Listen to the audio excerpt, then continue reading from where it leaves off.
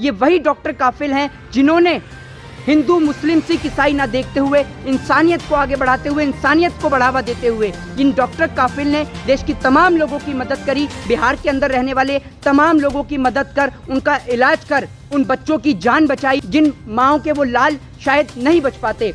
इसी समय पर, ऐसे समय पर जब डॉक्टर काफिल ने मदद करी तो उनके ऊपर आरोप लगा दिए जाते हैं, उनके ऊपर यूपी एनएसए जैसे तमाम बड़े बड़े कानून लगाकर उनको बंद कर दिया जाता है। अरे मुख्यमंत्री साहब, अगर आप उस महंगे वकील को अगर आप करते जब कुलदीप सिंह सेंगर जेल के अंदर था उसके लिए, तब मैं मानता कि आप बहन बेटियों की इज्जत आबरू की फिक्र करते हैं। दलाली करने में माहिर हैं, दलाली करने में मशहूर हैं। और आपको बता दूं कि इनके पास 18% जीएसटी भी इन्होंने इस मारे लगाई है सैनिटाइजर पे, ताकि ये विधायकों को खरीद सकें, इस देश की न्यायपालिका को खरीद सकें और जो इनके लोग हैं उनको रिहा करवा सकें। एक बात बताइए, भड़काऊ भाषण देने वाले क्या अनुराग ठाकुर नहीं थे? भड़काऊ भाषण देने वाले क्या कपिल मिश्रा नहीं थे? उनके खिलाफ कार्रवाई क्यों नहीं? ऐसा दोहरा चरित्र क्यों भारतीय जनता पार्टी की सरकार का? इस बात का भी जवाब दीजिए आप। यही कपिल मिश्रा जब विधानसभा के अंदर देश के प्रधानमंत्री जी की सीडी दिखाता है, उनकी वीडियो दिखाता है, उनकी ऑडियो सुनाता है, तो क्या वो कपिल मिश्रा गलत होता है इनके लिए? और जब वही कपिल मिश्रा भारतीय जनता पार्टी को ज्वाइन कर लेता है तो वही इनके लिए राम हो जाता है। जो रावण इनको कल तक नजर आ रहा था, वही कपिल मिश्रा इनको राम नजर आ जाता है। ये लोग दोहरे चरित्र के लोग हैं। भाई, जिस तरीके से अभी कोरोना काल है, कोरोना काल में डॉक्टरों को सेवा करने का मौका देना था, वो लगातार सेवा कर रहे थे। ऐसे में योगी सरकार जिस तरीके से कपिल को जेल में रखी हुई है, क्या कहेंगे आप? देखिए, मैं आपको बताऊं, बात करिए आपने डॉक्टर काफिल की, तो डॉक्टर काफिल से शुरुआत करता हूं, फिर आपको बताता हूं अंत तक ले जाते हुए उत्तर प्रदेश के मुख्यमंत्री के दोहरे चरित्र से, उत्तर प्रदेश की ठोको नीति वाले दोहरे चरित्र से, बिहार से और देश की तमाम जगहों से आने वाली इस तरीके की तस्वीरें, जिसके अंदर सेंट्रल गवर्नमेंट ने पुलिस की बर्बरता का, पुलिस का गलत इस्तेमाल करते हुए लोगों को जगह जगह उनके ऊपर यूपीए एनएसए लगाकर जबरन उनको जेल के अंदर बंद कर दिया है। क्या इस देश के अंदर ये लोकतंत्र का अपमान नहीं है?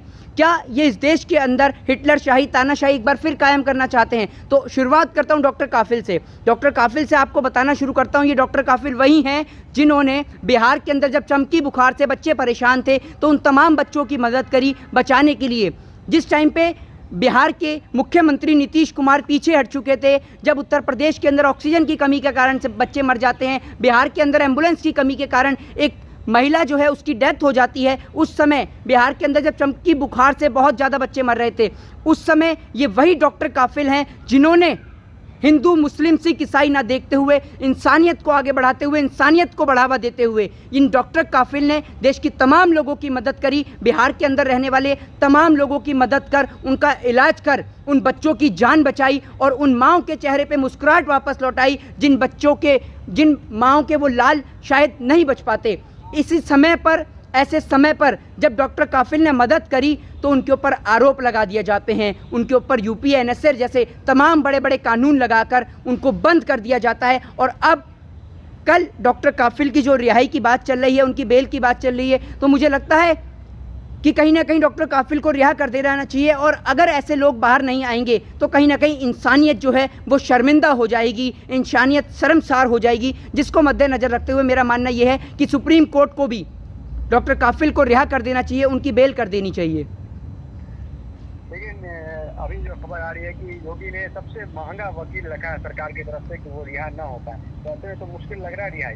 देखिए, मैं आपको बताऊं, जब इस देश के मुख्यमंत्री, इस देश की सरकार, इस देश की जुडिशरी पर, इस देश की न्यायपालिका पे दबाव डालती है, उस समय हमें डर लगता है। मैं आज आपको बता दूं, आज से कुछ दिनों बाद हमारे देश का स्वतंत्रता दिवस है। 15 अगस्त सन 1947 को ये देश आज़ाद हुआ, लेकिन आज ऐसा लग रहा है कि एक बार फिर हम जबरन हिटलर शाही की, अंग्रेजों से भी बड़ी जंजीरों के अंदर फंस चुके हैं। देश की सरकार जो लगातार लोगों से उनकी आज़ादी, उनकी स्वतंत्रता, उनकी आवाज़, राइट टू स्पीच का अधिकार, राइट टू फ्रीडम का अधिकार उनसे छीनने का प्रयास कर रही है। तो एक ऐसी सरकार जो तानाशाही से भी बड़ी सरकार है, हिटलर से भी बड़ी, ये हिटलर शाही के बाद ये झूठी और तानाशाही सरकार, ऐसी सरकार है नरेंद्र मोदी जी की सरकार, जो जबरन लोगों को जेल के अंदर बंद कर रही है, पुलिस का गलत इस्तेमाल कर रही है। आपने बात करी उत्तर प्रदेश के मुख्यमंत्री की, जिन्होंने सबसे महंगा वकील करा है।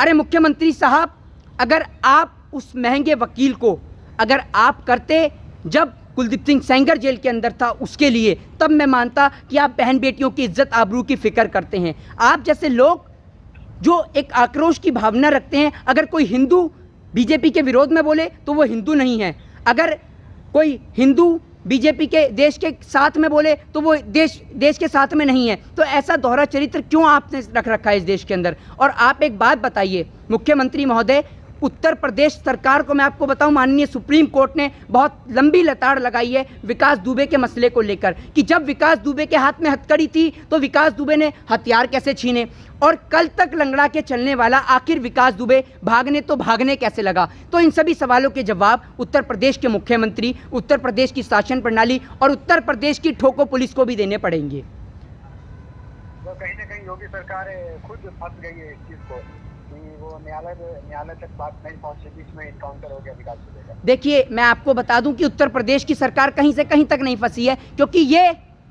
दलाली करने में माहिर हैं, दलाली करने में मशहूर हैं।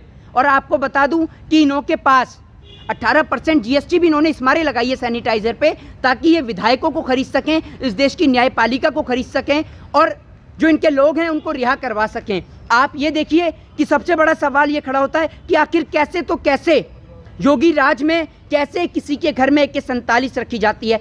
तो इन सभी सवालों के जवाब उत्तर प्रदेश पुलिस को देने होंगे और ये सब इन सवालों के जवाब देने से उत्तर प्रदेश के मुख्यमंत्री पीछे नहीं हट सकते। और आप सोच रहे हैं कि जजों का ट्रांसफ़र करके, तो मैं आज आपको बता दूं कि इस देश के अंदर अभी भी कुछ ऐसे निष्पक्ष और न्यायवादी जज जिंदा हैं। इस देश के अंदर आज भी कुछ ऐसे लोग हैं जो इस देश के लोकतंत्र से प्यार करते हैं और जिनको पता है कि इस देश के करोड़ों लोगों की आस्था जुड़ी हुई है इस देश के न्यायपालिका से, सुप्रीम कोर्ट से। तो अभी भी कुछ ऐसे जज हैं जो सरकार के अगर गलत है तो उसके विरोध में जाते हैं, पर जबरन इस देश की सरकार उनका इस्तीफा कर देती है, उनका ट्रांसफ़र कर देती है। तो आखिर क्यों और कब तक इस देश के अंदर इस देश की जुडिशरी को खरीदा जाएगा और न्यायपालिका को खरीदा जाएगा? अगर कोई भड़काऊ भाषण देता है उस पर कार्रवाई होती है तो आपको क्यों परेशानी है? देखिए भड़काऊ भाषण पे कार्रवाई हो रही है। बिल्कुल भड़काऊ, आप एक बात बताइए, भड़काऊ भाषण देने वाले क्या अनुराग ठाकुर नहीं थे? भड़काऊ भाषण देने वाले क्या कपिल मिश्रा नहीं थे? उनके खिलाफ कार्रवाई क्यों नहीं? ऐसा दोहरा चरित्र क्यों भारतीय जनता पार्टी की सरकार का? इस बात का भी जवाब दीजिए आप। और मैं आपको बता दूं कि हमारी पुलिस बलात्कार, हत्या, अपहरण, लूटपाट सब कुछ बर्दाश्त कर सकती है, पर जब लेकिन सड़क के किनारे कोई गरीब सब्जी का ठेला लगाता है तो उसे बर्दाश्त नहीं करती। आखिर ऐसा दोहरा चरित्र क्यों और किस लिए? मुसलमान की वजह से इनको जेल में रखा गया है। देखिए आपको मैं बता दूं, आप कृपा कर हिंदुओं की या किसी भी मुस्लिम या किसी दलित आदिवासी, मैं आपको बता दूं हिंदू मुस्लिम सिख ईसाई करने के लिए इस देश के अंदर राजनेता काफ़ी हैं। मेरे ख्याल से पत्रकारिता को और पत्रकारों को इस देश का ये मुद्दा नहीं संभालना चाहिए, क्योंकि जब सभी लोग हिंदू मुस्लिम वाली बात करते रहेंगे तो इस देश का विनाश हो जाएगा। और इस देश का विनाश मैं आपको बताऊं कि हरगिज़ हर कोई नहीं चाहता। इस देश को आज़ाद कराने के लिए 16 साल की उम्र में भगत सिंह जैसे लोग, सरदार पटेल जैसे लोग, शहीद सुखदेव सिंह, राजगुरु सुखदेव, भगत सिंह जैसे लोगों ने फांसी के तख्ते पर झूल गए। तो आप हिंदू मुस्लिम वाली बात ना करें। हिंदू मुस्लिम करने के लिए इस देश के राजनेता काफ़ी हैं, क्योंकि ना मेरी रामायण, ना मेरी गीता और ना आपकी कुरान ये सिखाती है कि किसी भी व्यक्ति जो इस देश के अंदर हो रहे अन्याय के खिलाफ आवाज़ उठाए आप उसको बंद कर दो। तो कृपया कर हिंदू मुस्लिम वाली बात ना कर दें, क्योंकि जिस ये भगवान श्री राम की बात करते हैं, उन भगवान श्री राम ने अपनी गर्भवती पत्नी को इस देश की प्रजा के कारण, अपनी प्रजा के कारण उनको आश्रम में छोड़ आए थे। तो आप भगवान श्री राम की बात ना करें और भगवान श्री राम की छवि को धूमिल ना करें, क्योंकि ये देश हिंदू मुस्लिम सभी का है। ये देश हिंदू मुस्लिम सिख ईसाई सभी का है। और मैं आपको बता दूं, मंदिर मस्जिद गिरजाघर ने बांट दिया इंसान को, धरती बांटी सागर बांटा, मत बांटो इंसान को। तो ये तो लोग कहेंगे, फिर आपको मीडिया भी कहेगी कि आप टुकड़े टुकड़े गैंग का सपोर्ट कर रहे हैं। इन लोगों को तो टुकड़े टुकड़े गैंग कहा जाता है। देखिए आप एक बात बताइए, टुकड़े टुकड़े गैंग, आप एक बात बताइए, यही कपिल मिश्रा जब विधानसभा के अंदर देश के प्रधानमंत्री जी की सीडी दिखाता है, उनकी वीडियो दिखाता है, उनकी ऑडियो सुनाता है, तो क्या वो कपिल मिश्रा गलत होता है इनके लिए? और जब वही कपिल मिश्रा भारतीय जनता पार्टी को ज्वाइन कर लेता है तो वही इनके लिए राम हो जाता है। जो रावण इनको कल तक नजर आ रहा था, वही कपिल मिश्रा इनको राम नजर आ जाता है। ये लोग दोहरे चरित्र के लोग हैं और आज देश की अर्थव्यवस्था, इकोनॉमी, बेरोजगारी अपने अंतिम चरण पर है और पर इस देश के मुख्यमंत्री, इस देश के प्रधानमंत्री बिल्कुल भी सुध नहीं ले रहे हैं।